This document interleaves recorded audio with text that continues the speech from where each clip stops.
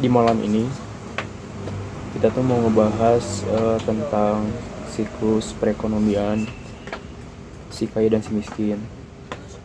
Jadi khususnya itu di institusi pertahanan kayak akademi kepolisian atau akademi militer. Ya, Dan di situ tuh masih banyak timpang sosial yang kita lihat secara formalitas. betul.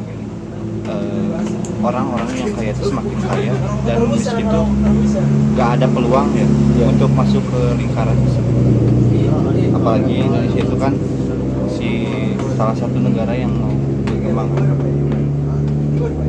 Ketika orang-orang yang berkuasa di bidang itu tuh gak ada kelonggaran untuk orang-orang yang biasa aja gitu, tanda kutip miskin tuh buat masuk ke dalam lingkaran tersebut.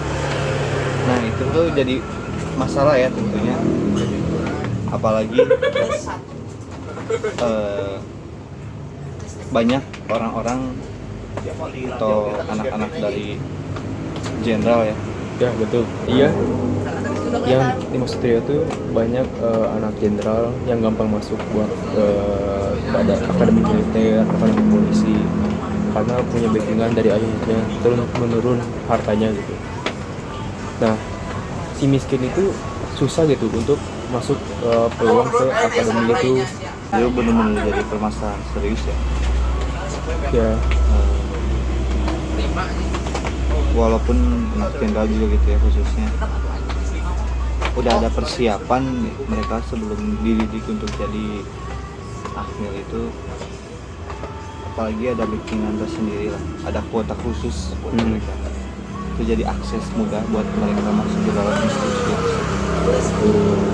Jadi menurut kamu apakah si miskin itu bisa masuk ke dalam institusi tersebut atau ada tanpa ada kekecualian, kayak misalkan dia pintar, dia mau berusaha, dia unggul dalam segi bidang apapun, menurut kamu ada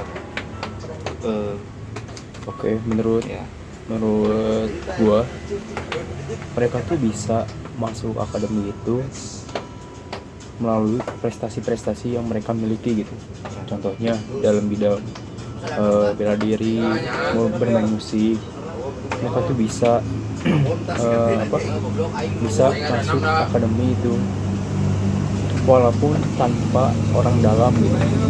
Seperti yang kita tahu di zaman sekarang ini banyak sekali orang yang masuk akademi ini seperti TNI atau Polri, dan mereka tuh tidak menguasai apa yang mereka miliki gitu. Oke, kalau misalnya mereka punya bapak jenderal bintang 1, bintang 2, terserah itu apa, tapi percuma nggak sih kalau misalnya mereka nggak bisa ngapa-ngapain kayak pelangga-pelangga gitu dalam akademi itu. Kita lihat aja di luar sana, mereka yang berjuang mati-matian dari anak petani, tukang beca, tukang parkir, kan mereka susah kan buat masuk gitu. betul dan ada keringat yang harus dibayar.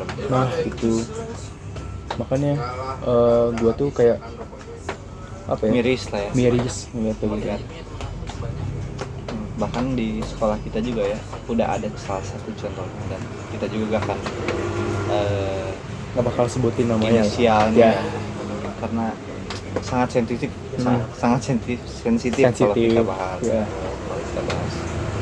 Dan itu salah satu contoh kecil kita lihat di lingkungan sekitar kita. Itu orang yang bermalas-malasan, orang yang punya kuasa tapi gak mau berusaha tuh Sesuatu hal yang bodoh buat kita gitu. ya, Bukan bodoh sih, maksudnya kayak hal yang percuma untuk diperjuangkan. dan ngerugiin negara sih sebenarnya, karena Nah, kualitas sumber daya dari institusi tersebut tuh malah tercoreng namanya. Betul. Kita tahu kok bahwa beliau ini SS punya kuasa untuk terutama di bidang institusi Polri, yang mana beliau ini adalah pangkatnya